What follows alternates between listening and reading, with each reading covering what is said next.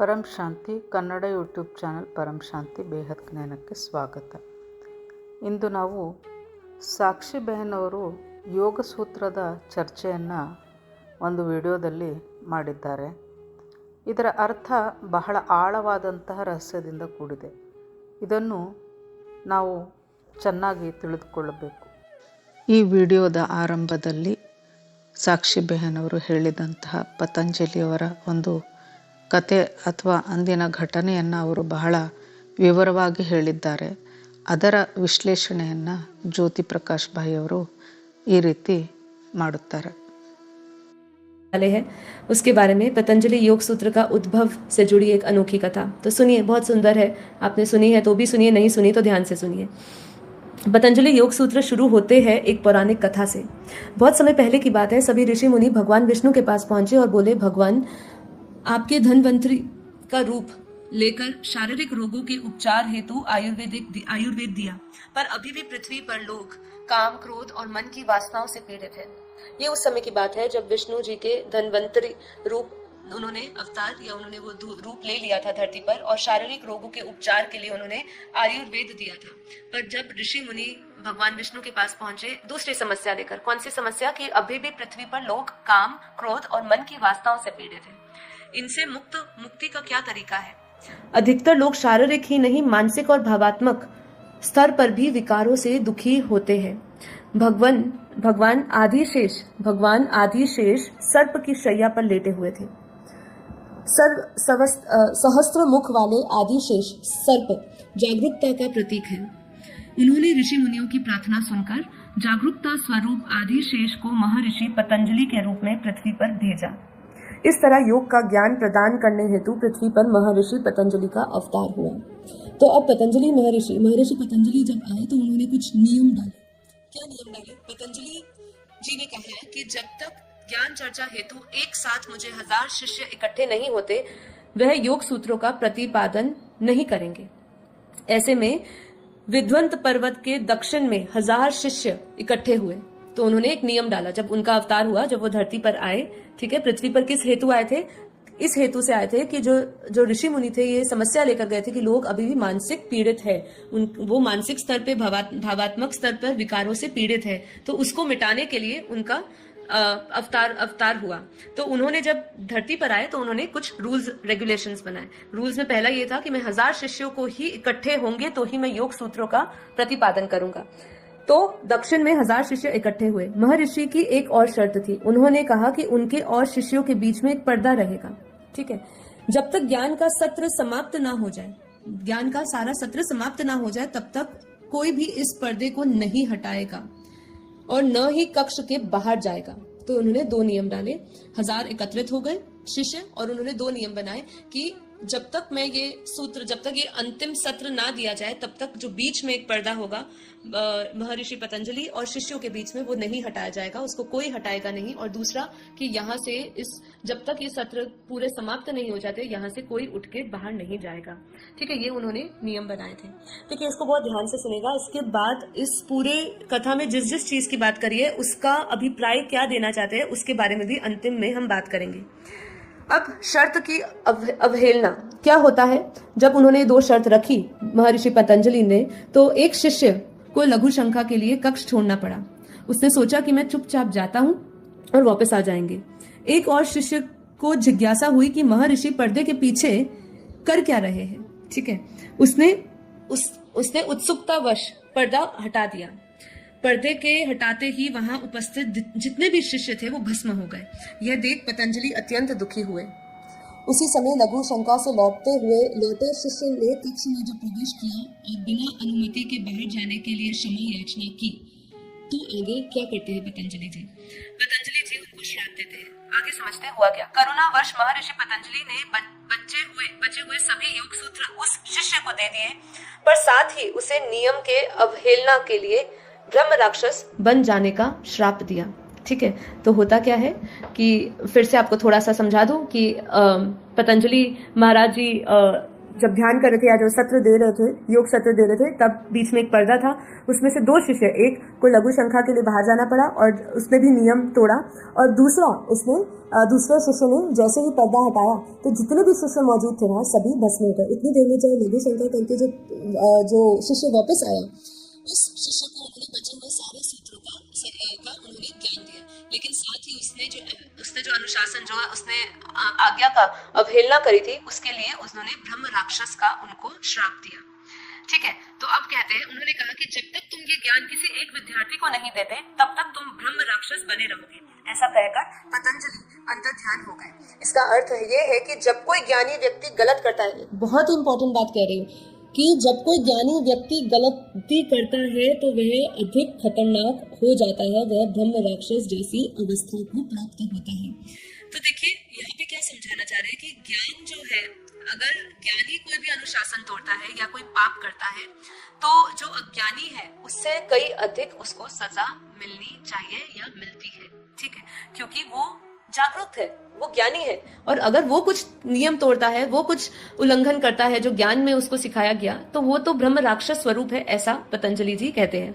तो यहाँ पे क्या कह रहे हैं कि ऐसे ही जब कोई ज्ञानी व्यक्ति गलत करता है तो वह अबोध व्यक्ति के अपराध करने से भी अधिक खतरनाक हो जाता है। शिष्य ब्रह्म राक्षस बनकर एक पेड़ पर लटक गया और उस रास्ते से निकलने वाले सभी राहगीरों को एक प्रश्न पूछता, जो भी उसका उत्तर सही नहीं देता तो उसको खा जाता। कुछ हजारों वर्षों तक ऐसे ही चलता रहा और इस ब्रह्म राक्षस का कोई भी सक्षम विद्यार्थी उसको नहीं मिला। यहाँ पे ऐसा लिखा गया, कहीं जगह पे ऐसा लिखा कि लोग उसको सुनते ही नहीं थे, क्योंकि ब्रह्म राक्षस था तो लोग उसके पास रुकते ही नहीं थे और उसको देखते हुए भी निकल जाते थे, और इसलिए उसकी कोई बात सुनने के लिए तैयार नहीं था। अब गुरु बने शिष्य। ठीक है, अब आगे क्या होता है, ऐसी स्थिति देखकर करुणा स्वरूप महर्षि पतंजलि ही तब एक विद्यार्थी बनकर ब्रह्म राक्षस को मुक्त करने के लिए प्रकट होते हैं। अब गुरु ने ही उनको श्राप दिया था, अब वही उनको श्राप से मुक्त करने के लिए अपने शिष्य के पास जाते हैं और गुरु ही बनते हैं शिष्य।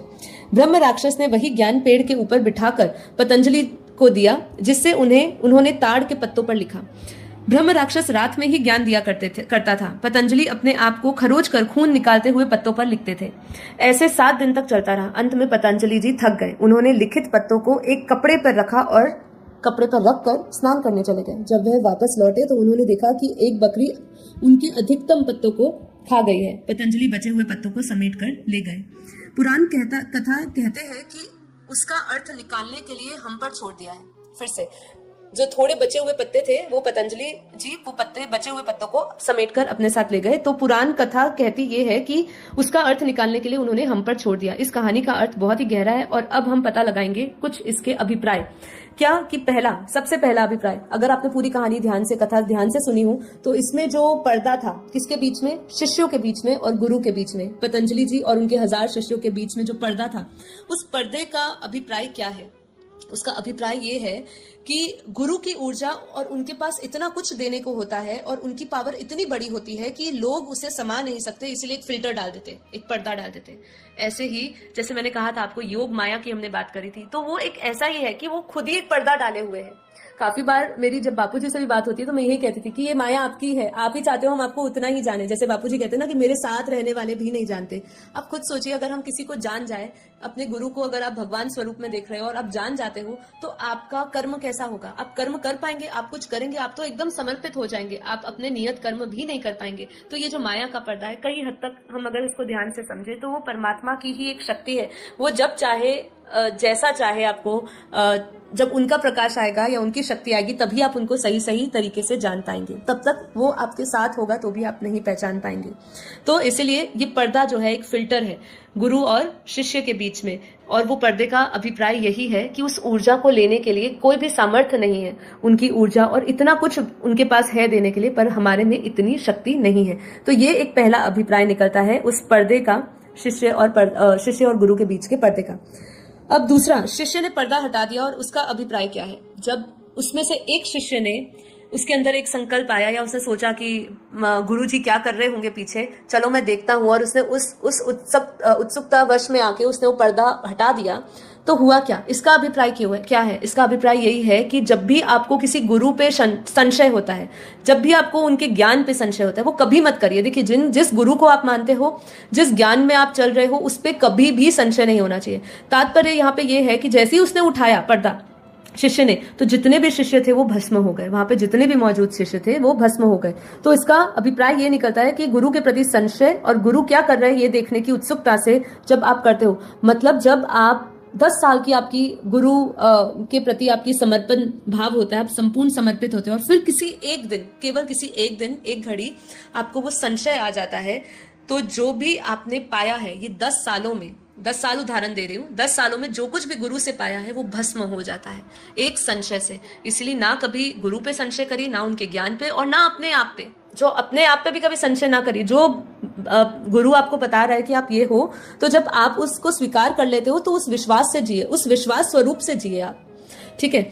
दूसरा, उसको ब्रह्म राक्षस ही क्यों बनाया? जब उसमें से एक जो शिष्य था जो वहां से उठ के चला गया था और फिर जब वो वापस आया तो उसको श्राप दिया, उसको सारे बचे हुए योग सत्र का ज्ञान तो दिया ही दिया, लेकिन उसको क्या किया, साथ ही साथ उसको ब्रह्म राक्षस दिया, बनाया। उसको ब्रह्म राक्षस क्यों बनाया? साधारण राक्षस क्यों नहीं बना दिया, ब्रह्म राक्षस ही क्यों बनाया?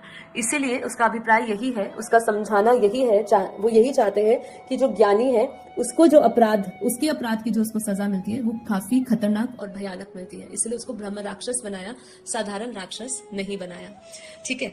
इसके सिवा क्यों पतंजलि ने अपने ही शिष्य के ही शिष्य बने?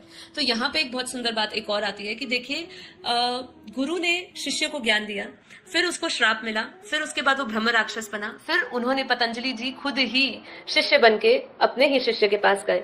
तो यहाँ पे तात्पर्य ये है कहने का कि आपको जो ज्ञान देने की जो समझ, ज्ञान देने की जो शक्ति आती है वो भी गुरु कृपा से ही आती है।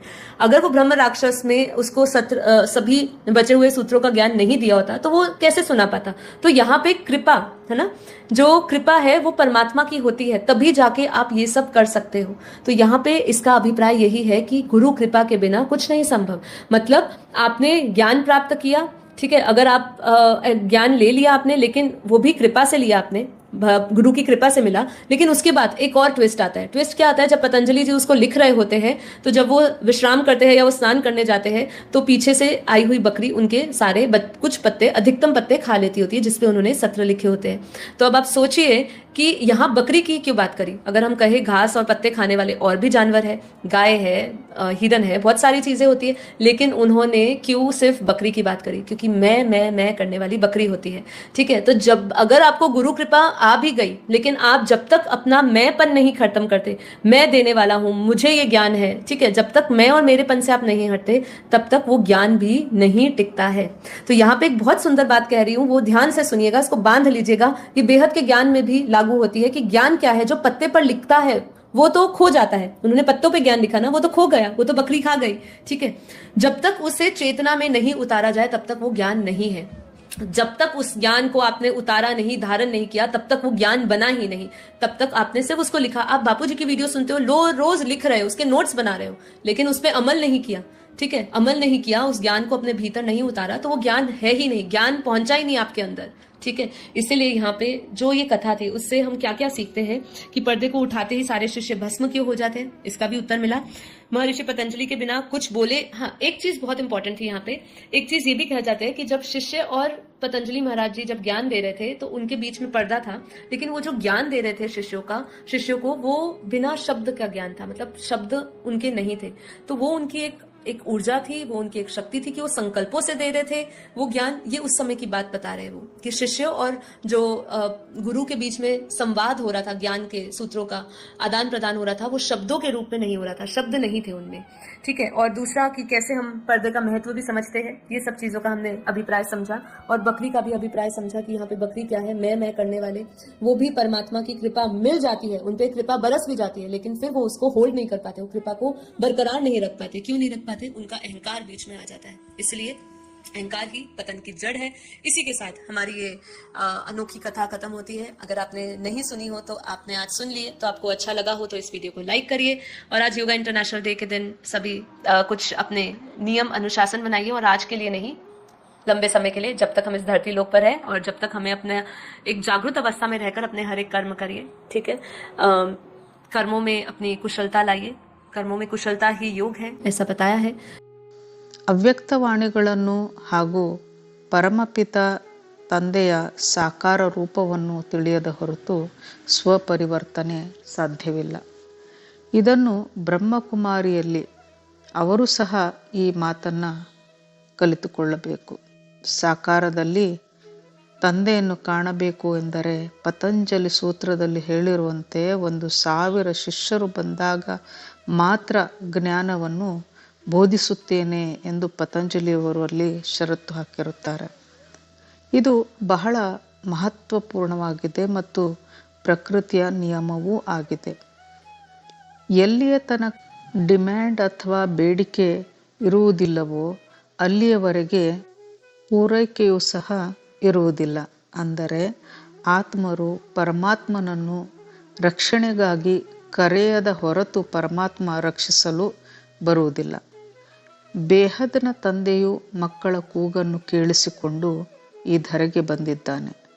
ದಾದಾಜಿ ಅವರು ನೀಡುತ್ತಿರುವ ಜ್ಞಾನ ಕೇವಲ ಬೇಹದ್ ಮಕ್ಕಳ ಅನುಭವಕ್ಕೆ ಬರುತ್ತಿದೆ ಹೊರತು ಸಾಮಾನ್ಯ ಆತ್ಮರಿಗಂತೂ ಅಲ್ಲವೇ ಅಲ್ಲ. ಇಲ್ಲಿ ಹೇಳಿರುವ ಪತಂಜಲಿಯ ಕಥೆಯನ್ನು ನಾವು ಬೇಹದ್ ಜ್ಞಾನದಿಂದ ಮಂಥನ ಮಾಡಿ ನೋಡೋಣ. ಆಗ ಬೇಹದ್ ಜ್ಞಾನದಲ್ಲಿ ಏನಾಗುತ್ತಿದೆ ಎಂಬುದು ನಮಗೆ ತಿಳಿಯುತ್ತದೆ. 1000 ಶಿಷ್ಯರ ಅವಶ್ಯಕತೆ ಏಕೆ ಇದೆ? ಇದಕ್ಕೆ ಕಾರಣ ಅಂದರೆ ಎಲ್ಲಿಯ ತನಕ ಶಕ್ತಿಯನ್ನು ಧಾರಣೆ ಮಾಡಿಕೊಳ್ಳುವವರು ಇರುವುದಿಲ್ಲವೋ ಶಕ್ತಿಯನ್ನು ನೀಡಿದರೂ ಸಹ ಏನೂ ಪ್ರಯೋಜನ ಆಗದು. ಹೀಗಾಗಿ ಇದು ಒಂದು ಡಿಮ್ಯಾಂಡ್ ಹಾಗೂ ಸಪ್ಲೈ ಮೇಲೆ ಇದು ಅವಲಂಬಿಸಿರುತ್ತದೆ. ಭೂಮಿಯ ಮೇಲೆ ಡಿಮ್ಯಾಂಡ್ ಇದ್ದಾಗ ಮಾತ್ರ ಅವತಾರಗಳು ಅವತರಿಸುತ್ತವೆ. ಅವತಾರಗಳಲ್ಲಿ ಅಗಾಧವಾದ ಶಕ್ತಿ ಇರುತ್ತದೆ. ಈಗ ಬೇಹದ್ನ ತಂದೆಯು ಬಂದಿದ್ದಾನೆ. ಅವನಲ್ಲಿ ಬೇಹದ್ನ ಪವರ್ ಇದೆ ಹಾಗೂ ಎಲ್ಲ ಬೇಹದ್ ಮಕ್ಕಳು ಆ ಪವರ್ನ ಕಂಡಕ್ಟರ್ ಆಗಿದ್ದಾರೆ. ಪರಮಪಿತನು ಎಷ್ಟು ಪವರ್ಫುಲ್ ಆಗಿದ್ದಾನೆ ಎಂದರೆ ಎಷ್ಟು ತೆಗೆದುಕೊಂಡರೂ ಅವನಿಂದ ಪವರ್ ಕಡಿಮೆ ಆಗುವುದೇ ಇಲ್ಲ. ಅಂದರೆ 1,000ಕ್ಕಿಂತಲೂ ಹೆಚ್ಚು ಶಿಷ್ಯರು ಇದ್ದರೂ ಸಹ ಪವರ್ ಕಡಿಮೆ ಬೀಳುವುದಿಲ್ಲ. ಆದರೆ 1,000ಕ್ಕಿಂತ ಕಡಿಮೆ ಇರಬಾರದು. ಅಂದರೆ ಮಿನಿಮಮ್ ವ್ಯಾಲ್ಯೂ ಫಿಕ್ಸ್ ಆಗಿದೆ ಹೊರತು ಮ್ಯಾಕ್ಸಿಮಮ್ ವ್ಯಾಲ್ಯೂ ಫಿಕ್ಸ್ ಆಗಿಲ್ಲ. 1 ಕೋಟಿ ಶಿಷ್ಯರಿದ್ದರೂ ಸಹ ನಡೆಯುತ್ತದೆ. ಹೀಗಾಗಿ 33 ಕೋಟಿ ದೇವಿ ದೇವತೆಯರನ್ನು ಇದರಲ್ಲಿ ಜಾಗೃತಗೊಳಿಸುವಂತಹ ಪ್ರಯತ್ನ ನಡೆಯುತ್ತಿದೆ. ಎಷ್ಟು ದೊಡ್ಡ ಸಂಘಟನೆ ಇರುತ್ತದೆಯೋ ಅಷ್ಟು ಬೇಗ ಹಾಗೂ ಅಷ್ಟು ಸರಳವಾಗಿ ಪರಿವರ್ತನೆಯ ಕಾರ್ಯ ನೆರವೇರುತ್ತದೆ ಎಂಬುದು ಬೇಹದ್ ತಂದೆಯು ಅರಿತಿದ್ದಾನೆ. ಕಥೆಯಲ್ಲಿ ಪತಂಜಲಿಯು ಜ್ಞಾನವನ್ನು ನೀಡುವಂತಹ ಸ್ಥಳದ ಬಗ್ಗೆ ಡಿಮ್ಯಾಂಡ್ ಮಾಡುತ್ತಾರೆ. ಅಂದರೆ ಒಂದು ಪರ್ವತದ ದಕ್ಷಿಣ ಭಾಗವನ್ನು ಸೂಚಿಸುತ್ತಾರೆ. ಇದರಂತೆ ಬೇಹದ್ ತಂದೆಯು ಜ್ಞಾನವನ್ನು ಕೊಡಲಿಕ್ಕೆ ಸ್ಥಳವನ್ನು ಫಿಕ್ಸ್ ಮಾಡಿದ್ದಾರೆ. ಅದನ್ನು ಅವ್ಯಕ್ತ ವಾಣಿಗಳಲ್ಲಿಯೂ ಸಹ ಹೇಳುತ್ತಾರೆ. ಬೇಹದ್ ಸ್ಥಾನ ಅಹಮದಾಬಾದ್, ಸರ್ವ ಸೆಂಟರ್ಗಳ ಸೆಂಟರ್, ಬೀಜರೂಪ ಅಹಮದಾಬಾದ್ನಲ್ಲಿ ಪರಮಪಿತನು ಸಾಕಾರ ರೂಪದಲ್ಲಿದ್ದಾನೆ ಎಂದು ವಾಣಿಯಲ್ಲಿಯೂ ಸಹ ಹೇಳಲಾಗಿದೆ. ಆ ಸ್ಥಾನ ಬಹಳ ಪವರ್ಫುಲ್ ಆಗಿದೆ. ಅಂದರೆ ಅದು ಜ್ಞಾನವನ್ನು ಬೋಧಿಸಲು ಹಾಗೂ ಜ್ಞಾನವನ್ನು ಧಾರಣೆ ಮಾಡಿಕೊಳ್ಳಲು ಅಂದರೆ ಎನರ್ಜಿಯನ್ನು ಟ್ರಾನ್ಸ್ಫರ್ ಮಾಡಲು ಉಪಯುಕ್ತವಾದಂತಹ ಸ್ಥಾನವಾಗಿದೆ. ಪರಮಪಿತನ ಎನರ್ಜಿ ಸುಲಭವಾಗಿ ಆ ಸ್ಥಾನದಲ್ಲಿ ಪ್ರವಹಿಸುತ್ತಿದೆ. ಈ ಸ್ಥಳದ ಆಯ್ಕೆಯನ್ನು ಸ್ವಯಂ ಪರಮಪಿತನೊಬ್ಬನೇ ಮಾಡಿದ್ದಾನೆ. ಕಾರಣ ಪರಮಪಿತನು ತನ್ನ ಸೂಕ್ಷ್ಮ ದೃಷ್ಟಿಯಿಂದ ಸ್ಥಳದ ಮಹತ್ವವನ್ನು ಅರಿಯಬಲ್ಲವನಾಗಿದ್ದಾನೆ. ಪತಂಜಲಿಯವರ ಇನ್ನೊಂದು ಷರತ್ತು, ಪತಂಜಲಿ ಹಾಗೂ ಅವರ ಶಿಷ್ಯರ ಮಧ್ಯದಲ್ಲಿ ಒಂದು ಪರದೆ ಇರಬೇಕು. ಅಂದರೆ ಪತಂಜಲಿಯವರ ಮೂಲ ಸ್ವರೂಪ ಮತ್ತು ಶಿಷ್ಯರ ನಡುವೆ ಪರದೆ ಇರಬೇಕು. ದಾದಾಜಿಯವರು ಸಹ ಹೇಳುತ್ತಾರೆ, ನನ್ನನ್ನು ಯಾರೂ ಸಹ ತಿಳಿದುಕೊಳ್ಳಲಾರರು, ನನ್ನ ಹತ್ತಿರದವರು ಸಹ ನನ್ನನ್ನು ತಿಳಿದುಕೊಳ್ಳಲಾರರು. ಎಂದು ಬಾಪೂಜಿಯವರು ಹೇಳುತ್ತಾರೆ. ಇದನ್ನು ಸಾಕ್ಷಿ ಬೆಹನ್ ಅವರು ತಮ್ಮ ಎಪಿಸೋಡ್ನಲ್ಲಿ ತುಂಬ ಚೆನ್ನಾಗಿ ವಿವರಿಸಿದ್ದಾರೆ. ಅದನ್ನು ಗಮನವಿಟ್ಟು ಕೇಳಿಸಿಕೊಂಡ ನಂತರ ಈ ವಿಶ್ಲೇಷಣೆಯನ್ನು ನೀವು ಕೇಳಿಸಿಕೊಂಡರೆ ನಿಮಗೆ ಇದು ಅರ್ಥವಾಗುತ್ತದೆ. ಅವ್ಯಕ್ತವಾಣಿಯಿಂದ ನೋಡುವುದಾದರೆ ತಂದೆಯ 3 ರೂಪಗಳಿವೆ: ಸಾಕಾರಿ, ಆಕಾರಿ ಮತ್ತು ನಿರಾಕಾರಿ. ಅಂದರೆ ತಂದೆಯ ಸಾಕಾರಿ ರೂಪ ಸದ್ಗುರು, ಟೀಚರ್, ಶಿಕ್ಷಕನಾಗಿದ್ದಾನೆ. ಟೀಚರ್ ಆಗಿ ಬೇಹದ್ ಮಕ್ಕಳಿಗೆ ತಂದೆಯು ಬೋಧಿಸುತ್ತಿದ್ದಾನೆ. ಆಕಾರಿ ರೂಪದಲ್ಲಿ ತಂದೆಯು ಸೂಕ್ಷ್ಮ ರೂಪದಲ್ಲಿ ಮಕ್ಕಳನ್ನು ಪಾಲನೆ ಮಾಡುತ್ತಿದ್ದಾನೆ. ಅಂತ್ಯದಲ್ಲಿ ಸದ್ಗುರು ಸ್ವರೂಪನಾದ ತಂದೆಯು ಭಾವಾತೀತ, ಗುಣಾತೀತ, ಸಂಪೂರ್ಣ ನಿರಾಕಾರ ಸಾಕ್ಷಿ ರೂಪಕ್ಕೆ ಬಂದು ಜೀವನ್ಮುಕ್ತಿಯ ಕಾರ್ಯವನ್ನು ತಂದೆಯು ಮಾಡಿಸುತ್ತಾನೆ. ತಂದೆಯು ಸಾಕಾರಿ ಶರೀರದಲ್ಲಿ ಬಂದು ಜ್ಞಾನವನ್ನು ಕೊಡುತ್ತಾನೆ. ಏಕೆಂದರೆ ಸಾಕಾರಿ ಸೃಷ್ಟಿಯ ಸಮಸ್ಯೆಗಳನ್ನು ತಿಳಿದುಕೊಂಡು ಮಕ್ಕಳನ್ನು ಅದಕ್ಕೆ ಅನುಗುಣವಾಗಿ ಜ್ಞಾನವನ್ನು ಕೊಡುತ್ತಾ ಹೋಗುತ್ತಾನೆ. ಆಗ ಮಕ್ಕಳು ಜ್ಞಾನವನ್ನು ಧಾರಣೆ ಮಾಡಿ ಸಹಜ ರೀತಿಯಿಂದ ಬೇಹದ್ ಜ್ಞಾನವನ್ನು ತಿಳಿದುಕೊಳ್ಳಲು ಸಾಧ್ಯವಾಗುತ್ತದೆ. ಮಕ್ಕಳು ಸಾಕಾರ ಸೃಷ್ಟಿಯಲ್ಲಿ ಕರ್ಮಬಂಧನದಲ್ಲಿ ಸಿಲುಕಿಕೊಂಡಿದ್ದಾರೆ. ಅವರು ಜ್ಞಾನವನ್ನು ತಿಳಿಯುವಂಥವರಾಗಬೇಕು. ಅದಕ್ಕಾಗಿ ತಂದೆಯು ಶಿಕ್ಷಕನಾಗಿ ಸಾಕಾರದಲ್ಲಿ ಬರುತ್ತಾನೆ. ಸಾಕಾರದಲ್ಲಿ ಬರದೆ ಜ್ಞಾನ ಕೊಡುವುದು ಅಸಾಧ್ಯದ ಮಾತು. ಆಕಾರಿ ರೂಪದಲ್ಲಿ ತಂದೆಯು ಮಕ್ಕಳ ಸಂರಕ್ಷಣೆ ಮಾಡುತ್ತಾನೆ. ಜ್ಞಾನದಿಂದ ಪಾಠಕನಲ್ಲಿ ಅನಂತ ಶಕ್ತಿಯು ಬಂದಾಗ ಸಮಯವು ಶಿಕ್ಷಕನಾಗುತ್ತದೆ.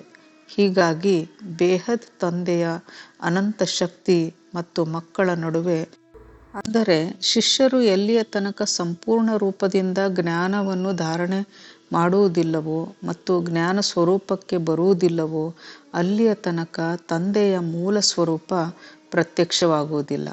ಹೀಗಾಗಿ ಪರಿವರ್ತನೆ ಸಹ ಹಂತ ಹಂತವಾಗಿ ಆಗುತ್ತದೆ. ಅಂದರೆ ಮೊದಲು ತಂದೆಯು ಜ್ಞಾನವನ್ನು ನೀಡುತ್ತಾನೆ, ನಂತರ ಸ್ವಲ್ಪ ಸ್ವಲ್ಪ ಪವರ್ ಕೊಡುತ್ತಾ ಹೋಗುತ್ತಾನೆ.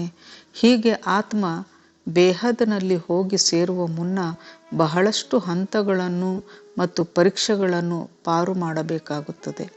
ಇಲ್ಲವಾದರೆ ಆತ್ಮನ ಅಸ್ತಿತ್ವವೇ ಇರುವುದಿಲ್ಲ. ಏಕೆಂದರೆ ಪ್ರತಿಯೊಂದು ಆತ್ಮನ ಕೆಟಗರಿ ಬೇರೆ ಬೇರೆಯೇ ಆಗಿರುತ್ತದೆ. ಅಂದರೆ ಹಂತ ಹಂತವಾಗಿ ಪವರನ್ನು ಕೊಡುತ್ತಾ ಆತ್ಮನನ್ನು ಊರ್ಧ್ವಗತಿಗೆ ತೆಗೆದುಕೊಂಡು ಹೋಗಲಾಗುತ್ತದೆ. ಕಾರಣ ಪ್ರತಿಯೊಂದು ಆತ್ಮನ ಕೆಟಗರಿ ವಿಭಿನ್ನವಾಗಿದೆ. ಅವಶ್ಯಕತೆಗಿಂತಲೂ ಹೆಚ್ಚು ಪವರ್ ಕೊಟ್ಟರೆ ಆತ್ಮ ಮುಕ್ತವಾಗಿ ಹೋಗಿಬಿಡುತ್ತದೆ. ಇದೊಂದು ಪ್ರೊಸೀಜರ್ ಆಗಿತ್ತು. ಇಲ್ಲಿ ಒಂದು ಪ್ರಮುಖವಾದ ವಿಷಯವಿದೆ. ಅದೆಂದರೆ ಪತಂಜಲಿ ಅವರು ತಮ್ಮ ಶಿಷ್ಯರಿಗೆ ಶಬ್ದಗಳಿಂದ ಜ್ಞಾನವನ್ನು ನೀಡುತ್ತಿರಲಿಲ್ಲ. ಜ್ಞಾನವು ಶಬ್ದಗಳಿಂದ ಸಿಗುವುದಿಲ್ಲ. ಇದರ ವಿಶ್ಲೇಷಣೆ ಯೋಗ ದರ್ಶನದಲ್ಲಿದೆ. ಬಾಪೂಜಿಯವರು ಕೊಡುತ್ತಿರುವಂತಹ ಜ್ಞಾನ ಮತ್ತು ನಾವು ಕೇಳಿಸಿಕೊಳ್ಳುತ್ತಿರುವ ನಮ್ಮ ಕರ್ಣೇಂದ್ರಿಯ ಕೇವಲ ಒಂದು ಶಬ್ದವಾಗಿದೆ. ಅಂದರೆ ಸ್ಥೂಲ ಶಬ್ದವಾಗಿದೆ, ಮೆಕ್ಯಾನಿಕಲ್ ವೈಬ್ರೇಷನ್ ಆಗಿದೆ. ಜ್ಞಾನವು ಈ ಎಲ್ಲದಕ್ಕಿಂತ ಆಳವಾಗಿದೆ. ಅದು ಇಂದ್ರಿಯಗಳ ಮೂಲಕ ಮನಸ್ಸಿನಲ್ಲಿ ಪ್ರವೇಶ ಮಾಡುತ್ತದೆ ಮತ್ತು ನಂತರ ನಮ್ಮ ಬುದ್ಧಿಯಲ್ಲಿ ನಿಲ್ಲುತ್ತದೆ. ನಂತರ ಅಂತಃಕರಣದಲ್ಲಿ ಪ್ರಕಟವಾಗುತ್ತದೆ. ಅದುವೇ ನಿಜವಾದ ಜ್ಞಾನವಾಗಿದೆ. ಶಬ್ದವು ಕೇವಲ ಮಾಧ್ಯಮವಾಗಿ ಕನ್ವರ್ಟ್ ಆಗುತ್ತದೆ. ನಂತರ ಕಾರಣ ಶರೀರದಲ್ಲಿ ಪಶ್ಯಂತಿ ಶಬ್ದವಾಗುತ್ತದೆ ಮತ್ತು ಆ ಶಬ್ದವೇ ಆತ್ಮನಲ್ಲಿ ಪರಾಶಬ್ದದ ರೂಪದಲ್ಲಿ ಗ್ರಹಿಸಲ್ಪಡುತ್ತದೆ. ಅಂದರೆ ಬುದ್ಧಿಯಲ್ಲಿ ಆ ಶಬ್ದವು ಉಳಿದುಕೊಂಡಾಗ ಅಂತಃಕರಣದಲ್ಲಿ ಶಕ್ತಿ ಅಂದರೆ ವೈಬ್ರೇಷನ್ ಅಂದರೆ ಪವರನ್ನು ಧಾರಣೆ ಮಾಡಿಕೊಳ್ಳುತ್ತದೆ. ಅದುವೇ ಜ್ಞಾನವಾಗಿದೆ. ಬಾಪೂಜಿಯವರು ಹೇಳುತ್ತಾರೆ, ನಾನು ಕೊಡುತ್ತಿರುವ ಬೇಹದ್ ಜ್ಞಾನ ಅದು ಕೇವಲ 0.01% ಮಾತ್ರ ನಾನು ಜ್ಞಾನವನ್ನು ಕೊಡುತ್ತಿದ್ದೇನೆ ಎನ್ನುತ್ತಾರೆ ಬಾಪೂಜಿಯವರು. ಮತ್ತು ಅದರಲ್ಲಿ ನಾವು ತಿಳಿದುಕೊಳ್ಳುತ್ತಿರುವುದು ಕೇವಲ 0.% ಅಷ್ಟಾಗಿದೆ. ಅಂದರೆ ಜ್ಞಾನ ಮಂಥನದಿಂದ ತಿಳಿದುಕೊಳ್ಳುವಂತಹ ಜ್ಞಾನ ಸ್ಥೂಲ ಶಬ್ದದಿಂದಾಚೆಯ ಜ್ಞಾನವಾಗಿದೆ. ಅಂದರೆ ಪರಮಪಿತ ಮತ್ತು ಮಕ್ಕಳ ನಡುವೆಯ ಜ್ಞಾನದ ಮಾಧ್ಯಮವು ಅತಿ ಸೂಕ್ಷ್ಮ ಸಂಕಲ್ಪ ಅಂದರೆ ವೈಬ್ರೇಷನ್ ಆಗಿದೆ, ಹೊರತು ಅದು ಸ್ಥೂಲ ಶಬ್ದವಲ್ಲ.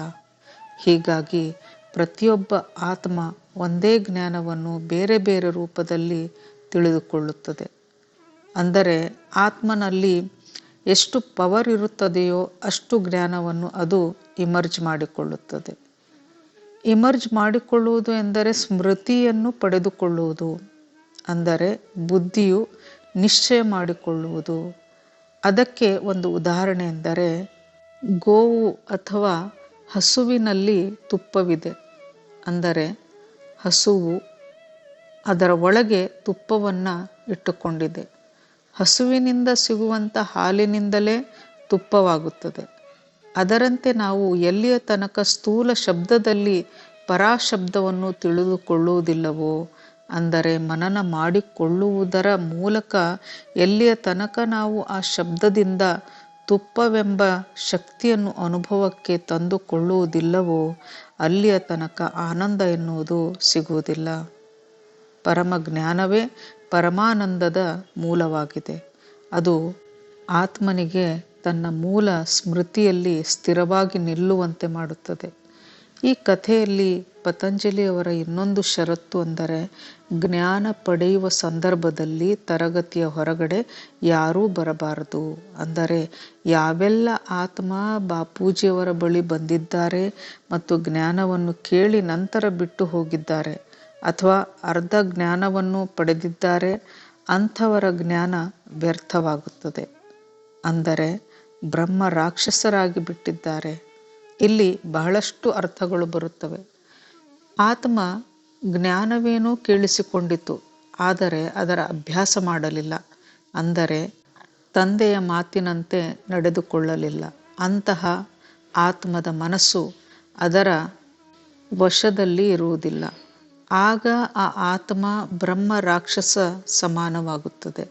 ಅಂದರೆ ಅದು ಬೇರೆಯವರ ಒಳಿತನ್ನು ಮಾಡಲಿಕ್ಕೆ ಯೋಗ್ಯ ಆತ್ಮವಾಗುವುದಿಲ್ಲ. ಹೀಗಾಗಿ ಪತಂಜಲಿಯವರು ಹೇಳುತ್ತಾರೆ, ಜ್ಞಾನವು ಧ್ಯಾನ ಮಾಡುವುದರಿಂದ ಸಿಗುತ್ತದೆ ಮತ್ತು ಆ ಬ್ರಹ್ಮ ರಾಕ್ಷಸ ಮುಕ್ತಿಯನ್ನು ಪಡೆಯುತ್ತಾನೆ. ಹೀಗಾಗಿ ಇಲ್ಲಿ ಬೇಹದ್ ಜ್ಞಾನದಲ್ಲಿ ಜ್ಞಾನದಾನ ಮಹಾದಾನ ಎಂದಿದ್ದಾರೆ. ಜ್ಞಾನದಾನ ಮಾಡುತ್ತಾ ಆತ್ಮ ಸ್ವತಃ ತಾನು ಬಹಳಷ್ಟು ತಿಳಿದುಕೊಳ್ಳುತ್ತಾ ಹೋಗುತ್ತದೆ ಮತ್ತು ಕ್ರಮೇಣವಾಗಿ ಬ್ರಹ್ಮ ರಾಕ್ಷಸ ಯೋನಿಯಿಂದ, ಅಂದರೆ ಒಂದು ಮಹಾಭೋಗಿ ಆತ್ಮದಿಂದ ಉನ್ನತ ಶ್ರೇಷ್ಠ ಆತ್ಮವಾಗುತ್ತದೆ. ಈ ಕಥೆಯಲ್ಲಿ ಬ್ರಹ್ಮ ರಾಕ್ಷಸನಿಂದ ಯಾರೂ ಸಹ ಜ್ಞಾನ ಪಡೆಯಲು ತಯಾರಾಗಿಲ್ಲ. ಆಗ ಪತಂಜಲಿಯವರು ಸ್ವಯಂ ಬಂದು ತಮ್ಮ ರಕ್ತದಿಂದ ಬಹಳಷ್ಟು ಕಷ್ಟಪಟ್ಟು ಜ್ಞಾನವನ್ನು ಬರೆದಿಡುತ್ತಾರೆ. ಅಂದರೆ ಬಂಧನದಲ್ಲಿ ಸಿಲುಕಿರುವ ಮಕ್ಕಳನ್ನು ನೋಡಿ ತಂದೆಯು ಮಕ್ಕಳನ್ನು ಬಿಡಿಸಲು ಎಲ್ಲ ರೀತಿಯ ಕಷ್ಟವನ್ನು ಪಡುತ್ತಾನೆ, ಪ್ರಯತ್ನವನ್ನು ಪಡುತ್ತಾನೆ. ಅಂದರೆ ತಂದೆಯು ಸದಾ ಕಲ್ಯಾಣಕಾರಿಯಾಗಿದ್ದಾನೆ. ಈ ಕಥೆಯಲ್ಲಿ ಸಾಕ್ಷಿ ಬೆಹನ್ ಅವರು ಕುರಿಯೊಂದು ಮೇ ಮೇ ಎನ್ನುವುದನ್ನು ಬಹಳ ಚೆನ್ನಾಗಿ ಹೇಳುತ್ತಾರೆ. ಮೇ ಮೇ ಎಂದರೆ ನಾನು ನಾನು ಎನ್ನುವಂತಹ ಅರ್ಥ ಕೊಡುತ್ತದೆ. ಕುರಿಯು ಸಸ್ಯಾಹಾರಿ ಆಗಿದ್ದರೂ ಸಹ ಕಟುಕನ ಕೈಗೆ ಸಿಲುಕಿ ಅದರ ಕತೆ ಏನಾಗುತ್ತದೆ ಎಂಬುದು ಎಲ್ಲರಿಗೂ ತಿಳಿದಿದೆ. ಅಂದರೆ ಜನರು ಅದರ ಮಾಂಸವನ್ನು ಭಕ್ಷಣೆ ಮಾಡುತ್ತಾರೆ. ಅಂದರೆ ಇಲ್ಲಿ ಎಷ್ಟೇ ಜ್ಞಾನವಿರಲಿ, ಎಷ್ಟೇ ಪಾವಿತ್ರ್ಯತೆ ಇರಲಿ, ಸ್ಥೂಲದಲ್ಲಿನ ಪವಿತ್ರತೆ ಎಷ್ಟೇ ಇದ್ದರೂ ಸಹ ನಾನು ಎಂಬ ಭಾವ ಹೋಗದಿದ್ದರೆ ಮಾಯೆಯು ನಮ್ಮನ್ನು ತಿಂದು ಬಿಡುತ್ತದೆ. ಮಾಯೆಯಿಂದ ತಪ್ಪಿಸಿಕೊಳ್ಳಲು ಇರುವ ಒಂದೇ ಒಂದು ಉಪಾಯವೆಂದರೆ ತಂದೆಯಲ್ಲಿ ನಮ್ಮ ಬುದ್ಧಿಯನ್ನು ಸಂಪೂರ್ಣವಾಗಿ ಸಮರ್ಪಣೆ ಮಾಡಿಕೊಳ್ಳುವುದು. ಅಂದರೆ ಅಹಂಕಾರವನ್ನು ಅಳಿಸಿ ಹಾಕುವುದು ಎಂಬುದು ಇಲ್ಲಿ ಸೂಕ್ಷ್ಮವಾದಂತಹ ವಿಷಯವಾಗಿದೆ. ಕಥೆಯಲ್ಲಿ ಪತಂಜಲಿಯು ಬರೆದಂತಹ ಜ್ಞಾನವನ್ನು ಕುರಿಯು ತಿಂದು ಹಾಕುತ್ತದೆ. ಅದರ ಸೂಕ್ಷ್ಮ ಅರ್ಥ ವಿಶ್ಲೇಷಣೆ ಮಾಡಿ ನೋಡಿದಾಗ ಜ್ಞಾನವು ಇಲ್ಲಿ ಸ್ಥೂಲದಲ್ಲಿಲ್ಲ, ಅಂದರೆ ಅದು ಪುಸ್ತಕದಲ್ಲಿ ಇರುವುದಿಲ್ಲ ಅಥವಾ ಸ್ಥೂಲ ಶಬ್ದಗಳಲ್ಲಿಯೂ ಇಲ್ಲ. ಯಾವುದೇ ಸ್ಥೂಲ DNA ಅಥವಾ ಸ್ಥೂಲ ತತ್ವದಲ್ಲಿಯೂ ಇಲ್ಲ. ಜ್ಞಾನವು ಪರಮ ಪ್ರಕಾಶವಾಗಿದೆ. DNA ಸಹ ಸ್ಥೂಲವಾಗಿದೆ. ಅಂದರೆ ಬ್ರಾಹ್ಮಣನ ಮಗ ಬ್ರಾಹ್ಮಣ ಆಗುತ್ತಾನೆ. ಇದಕ್ಕೆ ಯಾವುದೇ ಗ್ಯಾರಂಟಿಗಳಿಲ್ಲ. ಏಕೆಂದರೆ ಶರೀರದ ಉತ್ಪತ್ತಿಯಾಗುತ್ತದೆ ಹೊರತು ಆತ್ಮ ಹುಟ್ಟಿಕೊಳ್ಳುವುದಿಲ್ಲ. ಶರೀರದ ಜನ್ಮವಾಗುತ್ತದೆ. ಅಂದರೆ ಮನುಷ್ಯ ಜಾತಿ, ಪಶು ಜಾತಿ, ಯಾವ ಜೀವರಾಶಿಯಲ್ಲಿ ಆತ್ಮ ಜನ್ಮ ಪಡೆಯುತ್ತದೆಯೋ ಅದು ಅದರ ಜಾತಿಯಾಗುತ್ತದೆ. ಆದರೆ ಇದರ ಅರ್ಥ ಮನುಷ್ಯ ಪ್ರತಿಯೊಂದನ್ನು ಸ್ಥೂಲದಲ್ಲಿ ತೆಗೆದುಕೊಳ್ಳುತ್ತಾ ಹೋಗಿದ್ದಾನೆ. ಹಾಗೂ ಬ್ರಾಹ್ಮಣ ಎನ್ನುವುದು ಕೂಡ ಒಂದು ಜಾತಿ ಎಂದು ಮಾಡಿಕೊಂಡಿದ್ದಾನೆ. ಆದರೆ ಬ್ರಾಹ್ಮಣ ಎನ್ನುವುದು ಒಂದು ಜಾತಿಯಲ್ಲ, ಅದು ಒಂದು ಪುರುಷಾರ್ಥ. ಅದು ಜ್ಞಾನದಿಂದ ಸಿಗುವಂಥದ್ದು. ಹೀಗಾಗಿ ಬ್ರಾಹ್ಮಣನನ್ನು ದ್ವಿಜ ಎನ್ನುತ್ತಾರೆ. ಅಂದರೆ 2 ಬಾರಿ ಜನ್ಮವನ್ನು ಪಡೆಯುವವನು. ಮೊದಲನೆಯದು ಸ್ಥೂಲ ಶರೀರದ ಜನ್ಮ, ಎರಡನೆಯದು ಪರಮಪಿತ ಪರಮೇಶ್ವರನ ಬ್ರಹ್ಮ ಸ್ವರೂಪದ ಜ್ಞಾನವನ್ನು ಪಡೆದಾಗ, ಅಂದರೆ ಜ್ಞಾನ ಪ್ರಾಪ್ತಿಯಾದಾಗ ಬ್ರಾಹ್ಮಣನಾಗುತ್ತಾನೆ. ಹೀಗಾಗಿ ಬ್ರಾಹ್ಮಣ ಅನ್ನುವುದು ಜಾತಿಯಲ್ಲ. ಬ್ರಹ್ಮಜ್ಞಾನ ಅಂದರೆ ಪರಮ ಪ್ರಕಾಶ. ಇದು ಸ್ಥೂಲ DNA ಟ್ರಾನ್ಸ್ಫರ್ ಆಗುವುದಿಲ್ಲ. ಬ್ರಹ್ಮಜ್ಞಾನ ಎನ್ನುವುದು ಆತ್ಮನೊಂದಿಗೆ ಬರುತ್ತದೆ. ಹೀಗಾಗಿ ಬ್ರಾಹ್ಮಣನ ಮಗ ಬ್ರಾಹ್ಮಣನಾಗುತ್ತಾನೆ ಎಂಬ ಯಾವ ಗ್ಯಾರಂಟಿಯೂ ಇರುವುದಿಲ್ಲ. ಜ್ಞಾನ ಎಂದರೆ ಪ್ರಕಾಶ. ಇದನ್ನು ಕಾಲ ಅಥವಾ ಮಾಯೆಯು ಅಳಿಸಿ ಹಾಕಲಾರದು. ಸ್ಥೂಲವಾದದ್ದನ್ನೆಲ್ಲ ಕಾಲವು ಅಳಿಸಿ ಹಾಕುತ್ತದೆ. ಚೇತನವೆನ್ನುವುದು ಅವಿನಾಶಿಯಾಗಿದೆ. ಅದು ಜ್ಞಾನವೆಂಬ ಪರಮ ಪ್ರಕಾಶವಾಗಿದೆ. ಒಟ್ಟಾರೆ ಚರ್ಚೆಯ ಸಾರಾಂಶವೆಂದರೆ, ಈ ಸ್ಥೂಲ ಸೃಷ್ಟಿಯಲ್ಲಿ ತಂದೆಯನ್ನು ಕೇವಲ ಜ್ಞಾನದಿಂದ ಮಾತ್ರ ತಿಳಿದುಕೊಳ್ಳಲು ಸಾಧ್ಯ. ಶಿಷ್ಯನು ಜ್ಞಾನದ ಅಭ್ಯಾಸದಿಂದ ಜ್ಞಾನ ಸ್ವರೂಪನಾಗಬಲ್ಲ. ಆಗಲೇ ಬೇಹದ್ನ ತಂದೆಯ ಸದ್ಗುರು ಸ್ವರೂಪ, ಅಂದರೆ ಮೂಲ ಸ್ವರೂಪ ತನ್ನಿಂದ ತಾನೇ ಪ್ರಕಟವಾಗುತ್ತದೆ. ಯಾವ ಆತ್ಮಕ್ಕೆ ಸಾಕಾರಿ ತಂದೆಯ ಪರಿಚಯವಿಲ್ಲವೋ, ಅವನಲ್ಲಿ ಪ್ರೀತಿ ಎನ್ನುವುದು ಇಲ್ಲವೋ, ಅಂತಹ ಆತ್ಮ ಬ್ರಹ್ಮ ರಾಕ್ಷಸರಾಗುತ್ತಾರೆ. ಅಂದರೆ ಅಂತಹ ಆತ್ಮರು ವಿನಾಶದ ಬಗ್ಗೆ ಮಾತನಾಡುತ್ತಾರೆ. ಮತ್ತು ತಮ್ಮ ಭಾಗ್ಯವನ್ನು ಸಹ ವಿನಾಶದ ಕಡೆ ಕೊಂಡೊಯ್ಯುತ್ತಾರೆ. ಹೇಗಿದ್ದರೂ ಸಹ ತಂದೆಯು ಆ ಆತ್ಮನನ್ನು ಮಾಯೆಯಿಂದ ರಕ್ಷಿಸುವ ಪ್ರಯತ್ನ ಮಾಡುತ್ತಾನೆ. ಏಕೆಂದರೆ ಅವನಲ್ಲಿ ಅನಂತವಾದ ದಯೆ ಇದೆ, ಕರುಣೆ ಇದೆ. ಕರುಣೆಯ ಮಹಾಸಾಗರನೇ ಆಗಿದ್ದಾನೆ. ತಂದೆಯನ್ನು ಅರಿಯದ ಆತ್ಮ ಮಾಯೆಯ ಬಂಧನದಲ್ಲಿಯೇ ಸಿಲುಕಿಕೊಳ್ಳುತ್ತದೆ. ಅದು ಸೂಕ್ಷ್ಮ ಭೋಗದಲ್ಲಿ ಉಳಿದುಕೊಳ್ಳುತ್ತದೆ ಹಾಗೂ ಪರಮ ಜ್ಞಾನದಿಂದ ದೂರವೇ ಉಳಿಯುತ್ತದೆ. ಸಾಕಾರಿ ತಂದೆಯನ್ನು ಗುರುತಿಸಲು ಅಸಮರ್ಥವಾಗಿ ಬಿಡುತ್ತದೆ. ಇದನ್ನು ಮಾಯೆಯ ರಾಯಲ್ ರೂಪ ಎನ್ನುತ್ತಾರೆ. ಇಂದಿಗೂ ಸಹ ಅನೇಕ ಆತ್ಮರ ಮೇಲೆ ಮಾಯೆಯ ರಾಯಲ್ ರೂಪ ಆವರಿಸಿದೆ. ಇಂದಿಗೂ ಸಹ ಆತ್ಮರು 5000 ವರ್ಷಗಳ ಡ್ರಾಮಾದಲ್ಲಿ ಸಿಲುಕಿಕೊಂಡಿದ್ದಾರೆ. ವೇದಶಾಸ್ತ್ರಗಳ ಜ್ಞಾನವನ್ನು ತಿಳಿಯದ ಹೊರತು ಮತ್ತು ವಿಜ್ಞಾನವನ್ನು ತಿಳಿಯದ ಹೊರತು ಅವ್ಯಕ್ತ ವಾಣಿಯ ಯಥಾರ್ಥ ಒಳ ಅರ್ಥ ಆತ್ಮವು ತಿಳಿದುಕೊಳ್ಳಲಾರದು. ವೇದಶಾಸ್ತ್ರಗಳಲ್ಲಿ ಜ್ಞಾನವು ಬಹಳ ಅಲ್ಪ ಪ್ರಮಾಣದಲ್ಲಿದೆ. ಅಂದರೆ ರೊಟ್ಟಿಯಲ್ಲಿ ಉಪ್ಪಿನ ಕಣದಂತೆ. ಆದರೆ ಆ ರೊಟ್ಟಿಯಲ್ಲಿ ಒಂದು ಸಣ್ಣ ಕಣ ಉಪ್ಪು ಹಾಕದಿದ್ದರೆ ರೊಟ್ಟಿ ತಿನ್ನಲು ಆಗುವುದಿಲ್ಲ. ಹೀಗಾಗಿ ಸಂಪೂರ್ಣ ಜ್ಞಾನವನ್ನು ಪೂರ್ಣ ಸ್ವರೂಪದಿಂದ, ಅಂದರೆ ಯಥಾರ್ಥ ರೂಪದಿಂದ ತಿಳಿಯದಿದ್ದಾಗ ಆತ್ಮವು ಸಾಕಾರಿ ತಂದೆಯವರೆಗೆ ತಲುಪುವುದಿಲ್ಲ ಹಾಗೂ ಮಾಯೆಯ ರಾಯಲ್ ರೂಪದಲ್ಲಿಂದ ಬಿಡಿಸಿಕೊಳ್ಳುವುದಿಲ್ಲ. ಅಂದರೆ ಸುಖ, ಸಮೃದ್ಧಿ, ಐಶ್ವರ್ಯ ಇದೆಲ್ಲವೂ ಮಕ್ಕಳನ್ನು ತಂದೆಯಿಂದ ದೂರವೇ ಇಡುತ್ತದೆ. ಪರಂ ಶಾಂತಿ, ಬೇಹದ್ ಕಿ ಪರಂ ಶಾಂತಿ.